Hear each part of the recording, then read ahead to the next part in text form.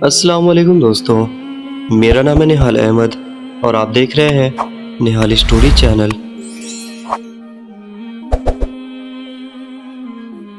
یوسف علیہ السلام کو کنویں میں دھکا دینے کے بعد سب بھائی باپ کے پاس پہنچے۔ کہا کہ کھیلنے کے دوران ہم دوڑنے لگے، بازی لگائی کہ کون سب سے آگے جاتا ہے۔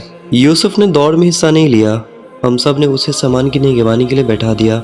یہ کہتے ہوئے سب نے بناوٹی رونا شروع کیا تاکہ باپ کو یقین آ جائے۔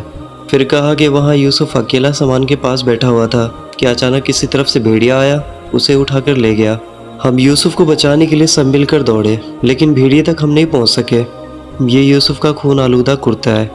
حضرت یعقوب علیہ السلام نے اپنے لڑکوں سے کہا کہ مجھے یقین نہیں آتا، جو کچھ تم لوگ کہہ رہے ہو وہ جھوٹ ہے۔ میں اللہ سے مدد مانگتا ہوں کہ وہ مجھے صبر جمیل عطا کرے۔ حضرت یعقوب یوسف کی یاد میں روتے رہے۔ بھائیوں نے یوسف کو کنویں میں پھینک دیا اور واپس لوٹ آئے۔ اللہ کی قدرت یہ کہ جہاں کنواں تھا اسی راستے سے تاجروں کا ایک قافلہ گزرا تھا۔ قافلہ والوں نے کنواں دیکھا تو پانی کی حاجت محسوس ہوئی۔ پانی لینے کے لیے ان میں سے ایک شخص کنویں کے پاس پہنچا۔ جیسے اس نے ڈول ڈالا تو دیکھا کہ کنویں میں پانی نہیں ہے۔ ایک لڑکا چیخ رہا ہے۔ اس نے اپنے ساتھیوں کو خبر دی، سب مل کر آئے، یوسف کو کنویں سے نکالا۔ سب حیرت زدہ تھے کہ معاملہ کیا ہے۔ سب سوچ رہے تھے کہ لڑکا کیوں کر کنویں کے اندر گرا۔ قدیم زمانے میں انسانوں کی خرید و فروخت ہوا کرتی تھی۔ جو بھی کسی آدمی کو خریدتا اسے غلام بنا کر اپنے پاس رکھتا اور محنت و مشقت کراتا، ظلم و تشدد بھی کرتا۔ چنانچہ یہ قافلہ مدین سے مصر کی طرف جا رہا تھا۔ قافلہ والوں نے آپس میں کہا کہ اس لڑکے کو فروخت کر کے کافی منافع حاصل کریں گے۔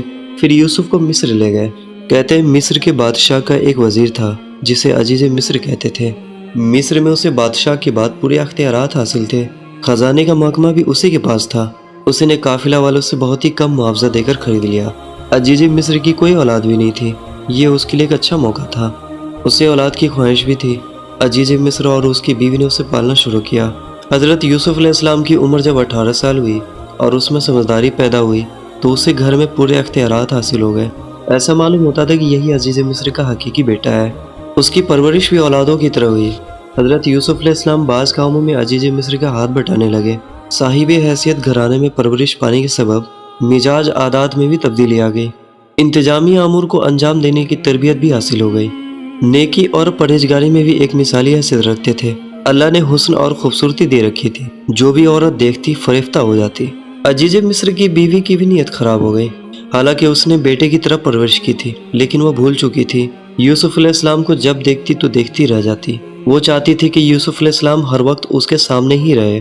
عزیز مصر کی بیوی کا نام زلیخا تھا۔ زلیخا نے یوسف علیہ السلام کو ترغیب دی کہ اس کے قریب ہو جائے۔ زلیخا کیا چاہتی ہے؟ یوسف علیہ السلام بھاگ گئے اور پیچھے ہٹنا شروع کیا اور کہا کہ خدا کی پناہ مجھ سے ایسی حرکت نہیں ہو سکتی، یہ سراسر گناہ ہے۔ ایک دن زلیخا نے حضرت یوسف علیہ السلام کو کمرے میں بلا کر دروازہ بند کیا اور اپنی خواہشوں کا اظہار کیا تو یوسف علیہ السلام نے کہا کہ میں اپنے رب کی پناہ میں ہوں۔ پھر وہ کمرے سے باہر نکلنے کے لیے دروازہ کی طرف دوڑے تو زلیخا بھی اسے پکڑنے کے لیے دوڑی۔ پیچھے سے کرتے کا دامن کھینچ لیا تو کرتا تار تار ہو گیا، یعنی پھٹ گیا۔ اتفاق سے عزیز مصر بھی آ رہا تھا۔ اسے اچانک آمنے سامنے دیکھ کر زلیخا نے جھوٹ بولنا شروع کیا کہ یوسف کی نیت اچھی نہیں ہے، وہ مجھ سے بدتمیزی کرنا چاہتا تھا، اس لیے میں دوڑی۔ یوسف علیہ السلام نے جواب دیا کہ میں بے گناہ ہوں، زلیخا مجھ پر تہمت لگا رہی ہے۔ عزیز مصر نے یوسف علیہ السلام سے کہا کہ میں نے تمہیں اپنی اولاد کی طرف پالا، تم نے اس کا اچھا بدلہ نہیں دیا۔ زلیخا نے عزیز مصر سے کہا کہ اسے قید کر لیا جائے اور سخت سزا دی جائے تاکہ زندگی بھر یاد رہے۔ اسی گھرانے کا ایک آدمی سب کچھ سمجھ گیا۔